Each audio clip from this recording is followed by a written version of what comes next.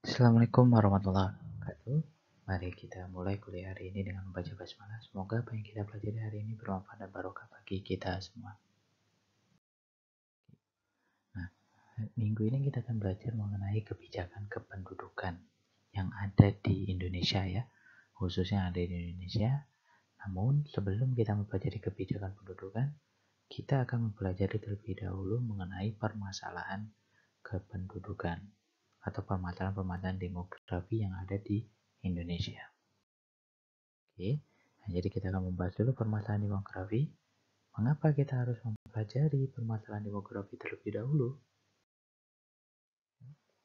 Nah, karena kebijakan kependudukan atau kebijakan apapun itu dibuat untuk mengatasi suatu permasalahan yang ada atau mengantisipasi permasalahan yang akan muncul.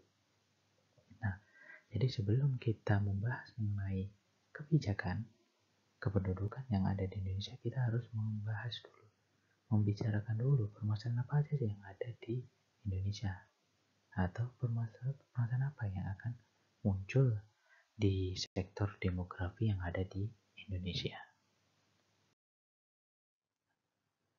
Nah, permasalahan demografi itu secara umum itu terbagi menjadi dua, yaitu membicarakan masalah kualitas dan kuantitas. Oke, jadi permasalahan demografi itu terbagi menjadi dua, kualitas dan kuantitas. Oke. Nah, pertama kuantitas. Nah, untuk permasalahan kuantitas ini, yang permasalahan utama adalah jumlah penduduk yang sangat banyak. Oke, di sensus tahun 2010 terakhir kemarin ada 237 juta orang manusia yang ada di Indonesia, penduduk yang ada di Indonesia, di mana jumlah ini semakin bertambah dari tahun ke tahun. Oke, di saat ini itu sudah mencapai 260 juta penduduk yang ada di Indonesia. Ya, nah kalau kalian belajar mengenai transisi penduduk atau proyeksi penduduk yang diajarkan oleh Pak Priyono, ya seharusnya sudah diajarkan oleh beliau, itu adalah menunjukkan bahwa transisi ini menunjukkan proses di mana penduduk di Indonesia itu mengalami jumlah yang sangat banyak. Oke, ditambah lagi nantinya, nah jika ini tidak tidak ditanggulangi atau tidak diantisipasi dengan baik, maka jumlah penduduk ini akan terus meningkat setiap tahunnya. Oke, sekarang kita sudah berada di posisi 4 atau 5 penduduk terbanyak di dunia.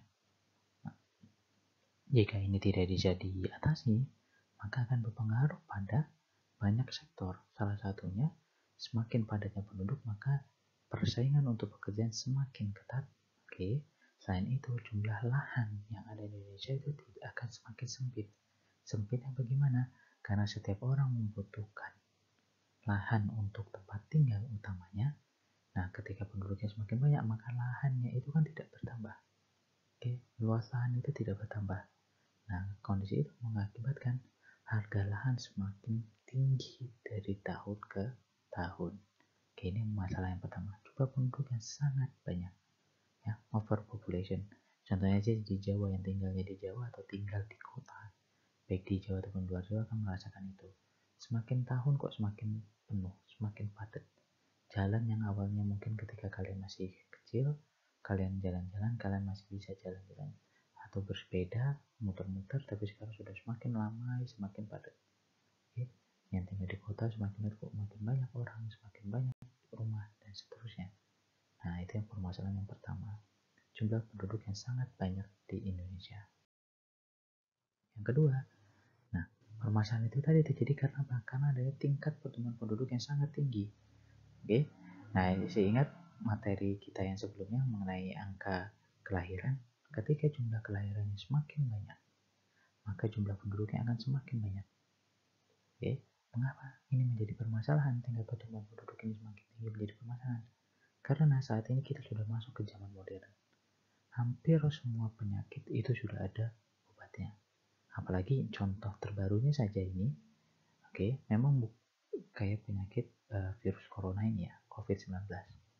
Memang belum ada obatnya, tapi coba lihat, terlepas dari apapun kontroversinya, dalam waktu kurang dari 1 tahun, vaksin untuk virus ini sudah ada. Oke, begitu cepatnya. Ya, begitu cepatnya ilmu pengetahuan teknologi sehingga penyakit-penyakit yang dulunya itu bisa menyebabkan orang mati, ya dulu diare itu bisa membuat orang mati. Oke, cuman diare. Kalau sekarang kalian diare cuma tinggal minum obat diapet dan atau yang lain sembuh, atau ke rumah sakit diinfus dan lain-lain, diberi obat, diberi vitamin, sembuh. Kalau zaman dulu, di zaman belum modern, penyakit diare bisa menyebabkan orang meninggal dunia. Nah, karena kondisi itu cuma penyakit-penyakit yang dulunya menyebabkan kematian sekarang semakin sedikit jumlahnya, kematiannya, maka jumlah harapan hidup tiap orang semakin tinggi. Dengan jumlah harapan hidup orang semakin tinggi, maka setiap bayi yang lahir, calon bayi yang lahir, yang dilahirkan itu akan berpotensi untuk lahir hidup. Oke. Nah, itu mungkin sudah dijelaskan oleh Pak Priyono ya di kuliah awal tentang transisi demografi. Nah, dengan begitu maka jumlah penduduknya akan semakin lama semakin meningkat. Kayak tadi di Indonesia 237, sekarang sudah 260-an juta, bertambah 30 juta dalam waktu 10 tahun. Berarti dalam 1 tahunnya bertambah 3 juta orang. Oke, ya kalian pikirkan saja, penduduk kota Solo itu tidak sampai 500.000, tapi sudah segitu banyaknya. Ya, sudah begitu banyak ya jumlah penduduknya. Gimana jika 3 juta? Berarti 6 kali lipat ya. Nah, kalian bayangkan seperti itu aja tuh. Kalian bayangkan saja, UMS itu sekarang mahasiswanya untuk geografi itu ada 1.300. Nanti kalau kalian yang semester 1 ini datang ke kampus, kalian akan melihat 1.300 seperti ini. Bagaimana kalau dia 3 juta? Nah, itu yang kedua. Ini masalah yang kedua. Nah, masalah yang ketiga, tadi jumlah penduduk yang banyak, angka pertumbuhan penduduk yang banyak. Permasalahan yang ketiga adalah penduduk itu tidak merata. Jumlah penduduk yang banyak tadi yang 260-an juta itu sekali, atau mungkin di sensus 2020 ini 270-an juta, ini sudah mencapai 270-an juta ini, itu tidak sebar merata. Ya, semuanya itu mayoritas terfokus, lebih mungkin bisa dibilang hampir 50% atau lebih dari 50% itu ada di Pulau Jawa. Ya, berarti kalian sudah paham sekali bahwa Pulau Jawa menjadi pusat dan jumlah penduduknya sangat banyak. Itu menjadi permasalahannya apa? Permasalahannya adalah ketika jumlah penduduknya tidak merata, maka ada daerah-daerah, ada wilayah-wilayah yang mengalami permasalahan terhadap jumlah penduduk. Tapi ada daerah-daerah yang tidak mengalami permasalahan itu. Ya. Jadi masih ada daerah-daerah yang masih sepi, masih sedikit penduduknya. Tapi ada daerah yang penduduknya itu terlalu penuh. Semua orang pingin di sana. Contohnya kayak Jogja. Jogja itu tiap tahun selalu bertambah orang yang datang. Bertambah orang yang masuk ke kota Jogja atau Jakarta. Berapa banyak orang yang selalu hadir, selalu datang ke Jakarta. Tapi berapa banyak juga orang yang datang ke wilayah-wilayah terpencil. Ya, misalnya kayak bukan terpencil, yang belum berkembang. Contoh kalau di Jawa misalnya, berapa banyak yang mau ke Wonogiri, tinggal di Wonogiri. Nah, Gunung Kidul kalau misalnya di Jogja, pasti sangat sedikit. Orang-orang lebih memilih untuk tinggal di kota-kota yang lebih maju. Nah, itu menjadi permasalahan yang ketiga. Karena tidak merata itu mengakibatkan kalau mau membuat kebijakan tidak bisa menyeluruh. Tergantung lokasinya di mana. Kalau di Jawa berarti kebijakannya misalnya mengurangi jumlah penduduk. Kalau di luar Jawa bisa jadi kebijakannya adalah meningkatkan jumlah penduduk karena penduduknya semakin sedikit, misalkan seperti itu. Oke. Nah, kemudian selain itu, dari susunan jumlah penduduknya, kalau kalian melihat piramida penduduk Indonesia, ya, jadi tahun 1961 hingga saat ini bentuknya itu limas atau ekspansif, segitiga. Oke, bukan segitiga ya, tapi bentuknya seperti layang-layang, yang dimana dia bentuknya tidak lancip. Oke, atas bawahnya tidak lancip. Oke, saya gambarkan itu seperti ini kurang lebih.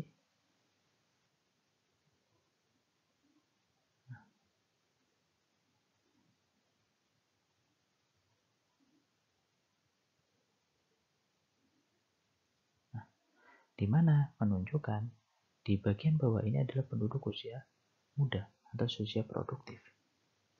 Oke, usia tuanya di Indonesia itu semakin sedikit, tidak sebanyak yang muda. Ya, makanya kalau kalian sering membaca berita, kita di tahun 2030-an itu akan mendapatkan namanya bonus demografi. Apa artinya bonus demografi?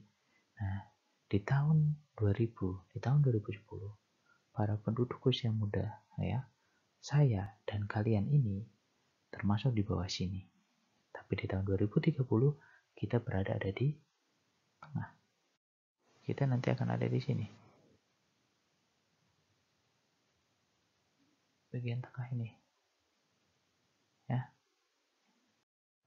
Ya, kita ada di bagian tengah ini. Yang dimana artinya kita akan berada di fase-fase usia produktif. Kita ini yang berada di puncak-puncak pimpinan di tiap daerah. Ya, kalian bisa menjadi pimpinan perusahaan, kalian bisa menjadi, kalau yang menjadi dosen nanti bisa menjadi dekan, rektor, dan seterusnya. Nah, itu akan menjadi permasalahan. Permasalahannya apa? Ketika usia mudanya semakin banyak, usia tuanya semakin sedikit, kemudian ketika ini, oke, pertanyaannya adalah bonus demografi ini dimulai tahun 2030. Ini dimulai tahun 2030. Oke. Permasalahan ini kemudian bisa dilanjutkan nanti ke masalah kualitas.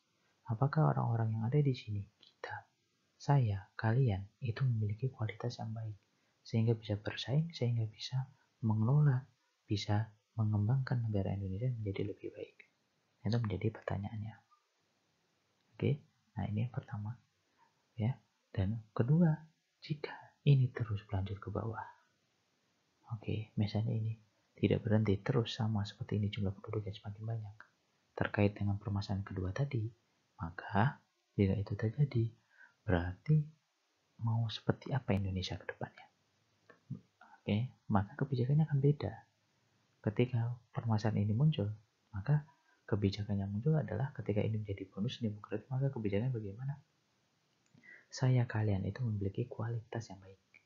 Makanya kemudian Pak Menteri, Mas Menteri, gitu ya, Mas Menteri Pendidikan itu menginginkan yang namanya sebuah konsep kampus merdeka, di mana kalian sebagai mahasiswa tidak hanya memiliki skill di pengetahuan saja, tapi juga punya skill untuk survive di lapangan, sehingga dalam tanda kutip tambahannya adalah kalian itu tidak hanya bisa mempelajari satu skill, tapi harus memiliki banyak keahlian.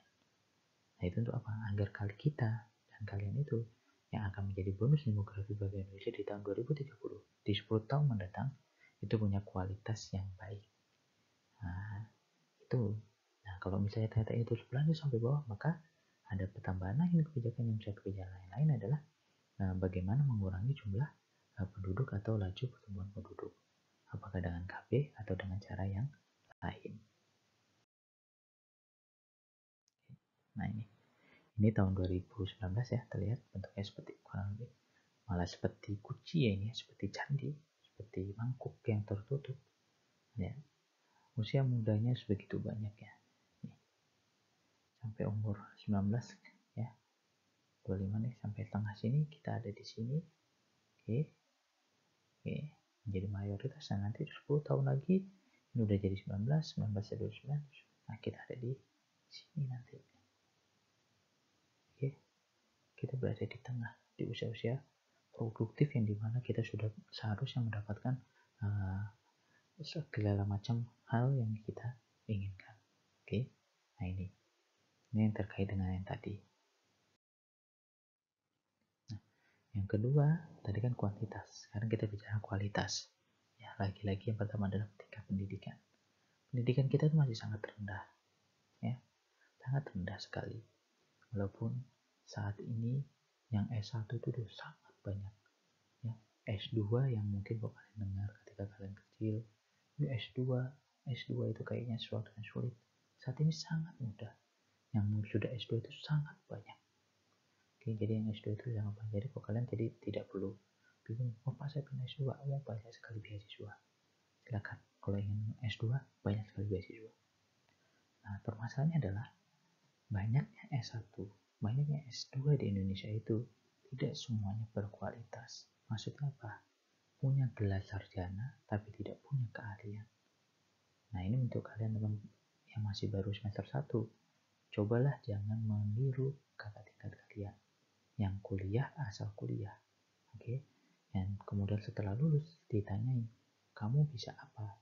Tidak ada yang bisa menjawab. Karena apa? Karena selama kuliah itu hanya yang penting datang, duduk, ikutin kuliah, dengerin dosen ngomong, terus habis itu lupakan.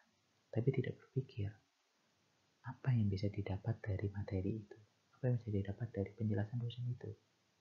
Nah, itu menjadi keahlian, jadi pengetahuan kalian. Ingat sekali lagi, angka yang tadi, itu kalian, saya ada di dalamnya. Ingat, yang kuliah S1, yang baru semester 1 itu nggak cuma kalian, ada banyak sekali di Indonesia. Dan semuanya sedang berupaya untuk memperbaiki kualitasnya. Nah, kalau kalian bermain-main, yang baru semester 1 tapi bermain-main, nggak peduli, maka kalian akan tertinggal. Kalian tidak bisa bersaing dengan mereka yang berupaya untuk meningkatkan kualitas pendidikannya. Oke, jadi saya harap kalian yang baru semester 1 ini setidaknya memiliki keinginan untuk itu. Jadi punya gelar, punya ijazah S1 nanti, sarjana geografi nanti, itu bukan untuk hanya pajangan, tapi memang kalian punya kualitas, punya kemampuan, punya pengetahuan yang sesuai dengan gelar sarjana. Oke, ini yang pertama. Yang kedua, kesehatan. Oke, memang kalau bicara kesehatan ini, kalau seperti saya bilang tadi, memang kemajuan teknologi, kemajuan ilmu kedokteran itu sudah semakin canggih. Namun di permasalahan di Indonesia adalah kesehatan ini belum merata. Masih banyak masyarakat-masyarakat yang tidak bisa mengakses fasilitas kesehatan. Masyarakat-masyarakat yang tidak memiliki kualitas hidup yang baik, mengalami gizi buruk. Ya. Jadi permasalahan-permasalahan itu yang kemudian mengakibatkan tidak banyak sekali kematian-kematian akibat kesehatan yang tidak baik. Oke, nah itu. Dan yang ketiga adalah masalah penghasilan. Ya, memang penghasilan kita di negara itu masih sangat rendah. Negara Indonesia apalagi masih sangat rendah. Ya, UMR kita itu, kalau kalian sering lihat berita di YouTube dan lain-lain, gaji jadi TKI, TKW itu luar biasa besar ya jika dirupiahkan. Oke, jika dirupiahkan begitu besar ya. Ya, padahal pekerjaannya mungkin tidak terlalu wah pekerjaannya, bisa menjadi pembantu, oke, menjadi pekerja kasar. Yang dimana kalau di Indonesia dengan usaha yang sama, dengan pekerjaan yang sama, kalian tidak dengan mudah mendapatkan nominal yang sama dengan yang ada di sana. Itu ya, itu tinggal penghasilan pendapatan. Dan permasalahan pendapatan ini mempengaruhi bagaimana tiap orang itu, tiap masyarakat itu untuk mengakses fasilitas-fasilitas yang ada, fasilitas pendidikan, fasilitas kesehatan. Sehingga bagi yang penghasilannya rendah maka akan sulit untuk mendapatkan akses untuk kesehatan ataupun pendidikan, sehingga kualitas SDM-nya pun masih rendah, lagi-lagi tetap rendah. Dari banyak permasalahan tadi memang kita harus mendiskusikan sebenarnya apa alasan terjadinya permasalahan itu. Kok bisa ada masalah itu, baik kualitas maupun kuantitas. Nah, penyebab alasan ini saya ingin lihat, saya ingin dengar dari diskusi kalian setiap mahasiswa. Nanti di psikologi akan muncul ini pertanyaan ini. Menurut kalian, permasalahan yang ada di Indonesia, permasalahan demografi itu muncul karena apa? Dan menurut kalian, bagaimana solusinya yang bisa sekalian berikan untuk permasalahan tersebut? Itu saja yang bisa saya sampaikan. Kurang lebihnya saya mohon maaf. Apabila ada pertanyaan, silakan ditanyakan di psikologi. Pasti akan saya jawab, atau bisa bertemu langsung dengan saya di kampus, atau bisa dengan via WA.